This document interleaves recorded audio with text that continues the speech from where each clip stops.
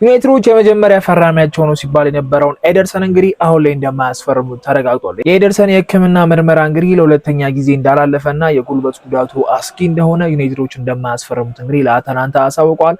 አታላንታ ምንም እንኳን 100% በሚባል ደረጃ ተጫዋቹ ጤነኛ ነው ቢሉም ዩናይትዶች አላመኑበትም። ከዚህ ዝውውር ራሳቸውን አግልለዋል። ፋብሪዞም እንዳሳወቀው ከሆነ ወደ ሌሎች አማራጮች የመሃል ሜዳ ክፍል ተጫዋቾች እንግዲህ እንደሚያመሩ ነው ይጠበቅ የሚገኘው። ከሰሞኑን ደግሞ ስሙ የተያዘው ማኒዮ ኩኔ ደግሞ የዩናይትድ ተመራጭ እንደሚሆን ነው የሚጠበቀው። ለኤደርሰን ስለከሸፈው ዝውውርና ስለ ማኒዮ ኩኔ ሁኔታ የተወሰነ ሀሳቦች እናንሳ። ለዚህ ቻናል ግን አዲስ ከሆናችሁ ሰብስክራይብ ማድረግ እንዳይረሳ። ወደ ቪዲዮ እንሂድ።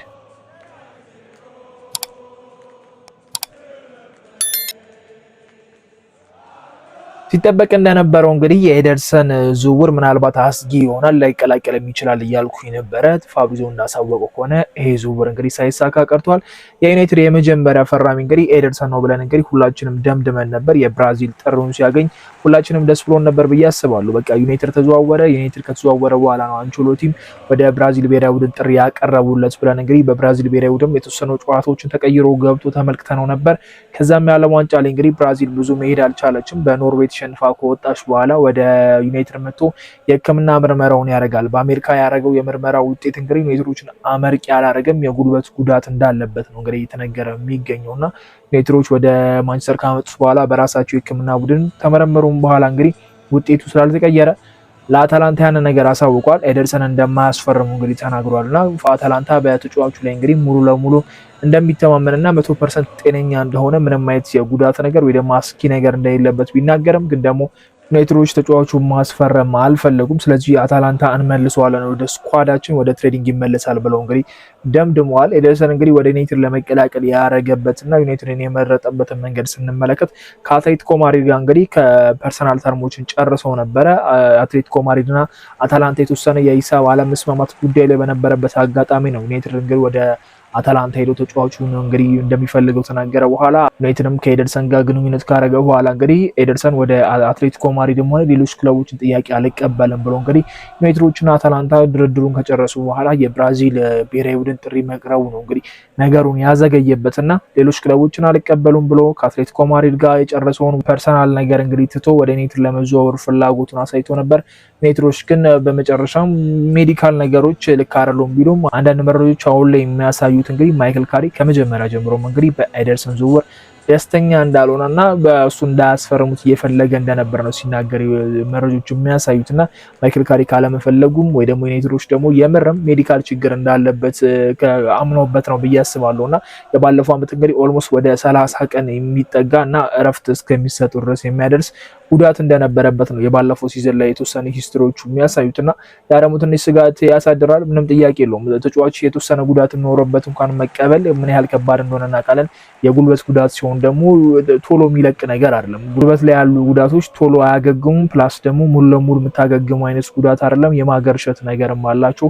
ይህንን ተጫዋች ደግሞ ዩናይትድ በቋሚ አሰላለፍ ሊከተው ይችላል። ዩናይትዶች ምንም አይነት የመሃል ሜዳ አማራጭ የላቸውም።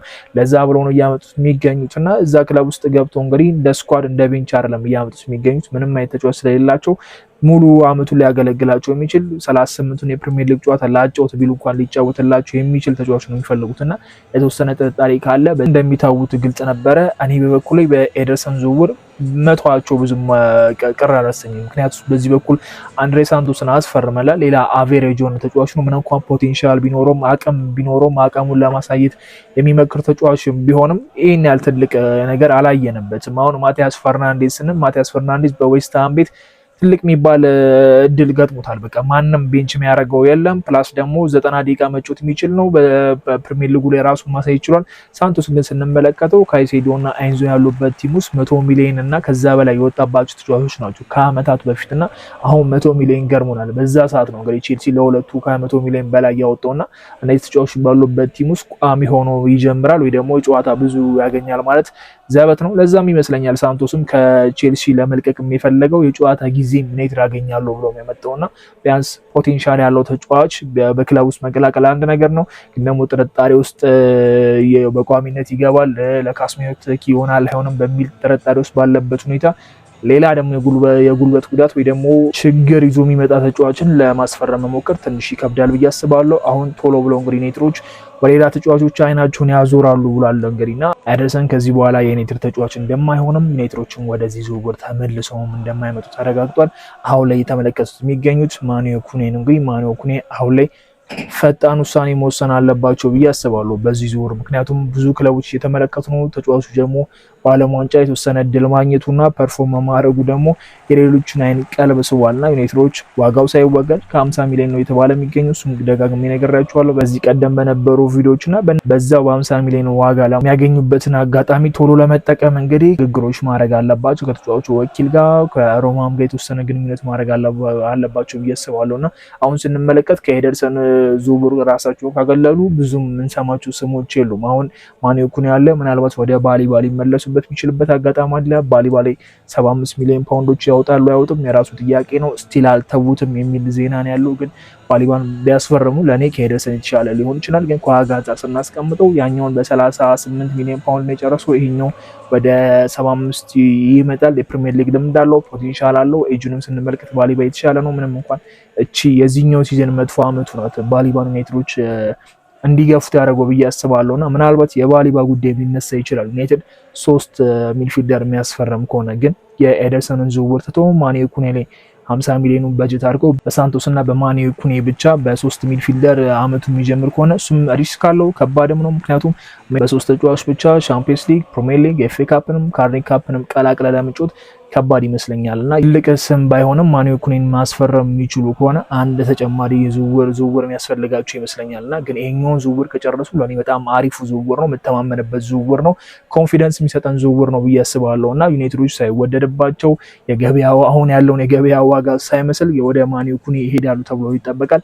ሌሎች ስሞችን እስቲ አብረን እንሰማለን። የዶርትሙንቱ ኒሚቼሊ ተመልሰው ይመጣሉ። እዛ ላይ እምነት የለኝም። ምክንያቱም ኦልሬዲ ዶርትሙንት 100 ሚሊዮን እንደለጠፈበት አትሌቲክስ ቀደም ብሎ ካስነበበ በኋላ ዩናይትድ ያለው ፍላጎት ቀዝቀዝ ብሏልና እስቲ አዳዲስ ስሞች መስማታችን አይቀርም፣ ብዙ ስሞች መስማታችን አይቀርም። እንዲሁም ሶስተኛ ሚድፊልደር ያስፈልጋቸዋል ስንል ነበረ።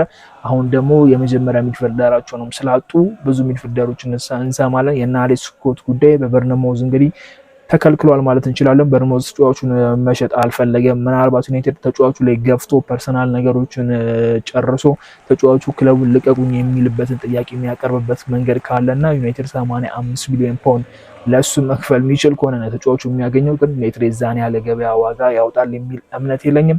ስለዚህ የማኑኤል ኩኔ ብቻ ነው ተስፋ ሊሰጠን የሚችለውና አንድ ተጫዋች ነው እንግዲህ በስርዓት ዩናይትድ ሊመለከተው ሊያስፈርመው ይችላል ብለን ልናወራ የምንችለው። ሌሎቹ አዲስም ልክ እንደ ሳንቶስ አይነት ድንገተኛ የሆኑ ዝውውሮች ልንመለከት እንችላለን። እስቲ በቀናት ውስጥ የምንሰማው ነው የሚሆነው። የኤደርሰን ዝውውር ባለመሳካቱ ደስተኛ ነኝ። እስቲ ያላችሁን ሀሳብ ኮመንት ላይ አስቀምጡለት። ይሄን ያህል ቶፕ የሚባል ፕሌየር አይደለም። አይኖ ዩናይትዶች ለአመታት ሲከታተሉት ነበር፣ ግን አሁን ላለው የመሀል ሜዳ ችግር ለካስሜሮ ተተኪነት ይሆናልም የሚል እምነት የለኝም። ሁለቱም ቦታ ላይ 8 ቁጥርም 6 ቁጥርም ቦታ መጫወት እንደሚችል አምናለሁ። ግን ከጉልበት ጉዳት ከሚያያዝ ችግር ካለው የሚመጣበት ሊግ ፕሪሚየር ሊግ ነው። በጣም ፊዚካሊ ትልቅ ፋይት የሚያደርግበት ሊግ ነው እና እንደዚህ አይነት ነገሮች ይዞ መጥቶ ዩናይትድ ፐርፎርም የማያደርግለት ከሆነ ፕላስ ደግሞ በፈለገበት ጨዋታ የማይገኝለት ተጫዋች ከሆነ ሪስክ ነው ብዬ አስባለሁ። አሰልጣኙ የሚፈልገው ተጫዋች ካልሆነ ቅድሚያ ሊሰጠውም እንደማይችል ይጠበቃልና ዩናይትዶች ትክክለኛ ውሳኔ ወስነዋል ብዬ ተስፋ አደርጋለሁ። አዳዲስ ስሞች ደግሞ ስንሰማ በሌላ ቪዲዮ እንመለሳለን። ያሉትን አስቴት በኤደርሰን ዝውውር መቋረጥ ላይ ኮመንት ላይ አስቀምጡልኝ። ለቻናሌ ግን አዲስ ከሆኑ ሰብስክራይብ ማድረግ እንዳይረሳ። በሚቀጥለው ቪዲዮ እንገናኛለን። እስከዛው ግን ይመቻችሁ። ቻው።